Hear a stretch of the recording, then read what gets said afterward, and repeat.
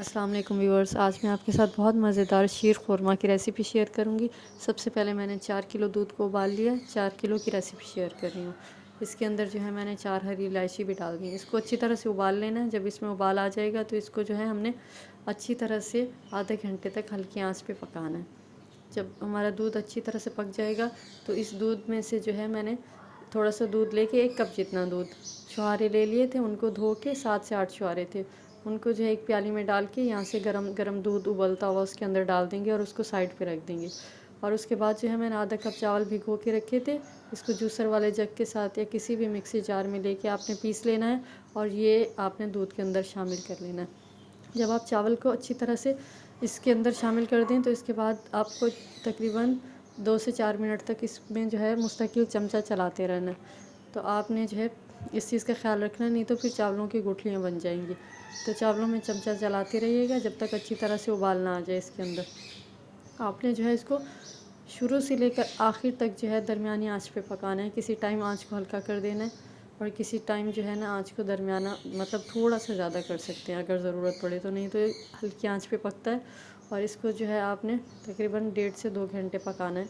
और बहुत मज़ेदार जो है आपका शीर खुरमा बन के तैयार होगा। लाजमी आप इसको ट्राई कीजिएगा। ये देखें तकरीबन 45 से मिनट से 1 घंटा हो गया था मुझे इसको पकाते हुए। देखें कलर भी बिल्कुल चेंज हो गया। इसके बाद मैंने 1 कप जो है इसके अंदर सेवइयाँ डाली हैं। सेवइयाँ डालने के बाद भी आपने अच्छी तरह से चमचा चलाना है। इसके बाद जो है मैंने ड्राई फ्रूट्स थे कुछ मेरे पास, आप मिक्स ड्राई फ्रूट डाल दें। मेरे पास बादाम थे, मैंने बादाम डाले। और जो है नारियल था बारीक, वो काट लिया था। और जो है किशमिश थी, ये आपने ले लेनी है। बस ये इसके अंदर शामिल कर दीजिएगा और आपने इसको जो है दोबारा पकाना है। बहुत मज़ेदार रेसिपी ये बन के तैयार होगी। इस ईद पे इसको लाजमी ट्राई करें और जो है अपने फैमिली में और घर में जो है इसको लाजमी इंजॉय करें। बहुत मज़ेदार रेसिपी है, इसको लाजमी ट्राई कीजिएगा। और इसके बाद जैसे ही वो पकेगा हमने जो है इसके अंदर जो छुहारे भिगो के रखे हुए थे वो इसके अंदर शामिल कर देंगे।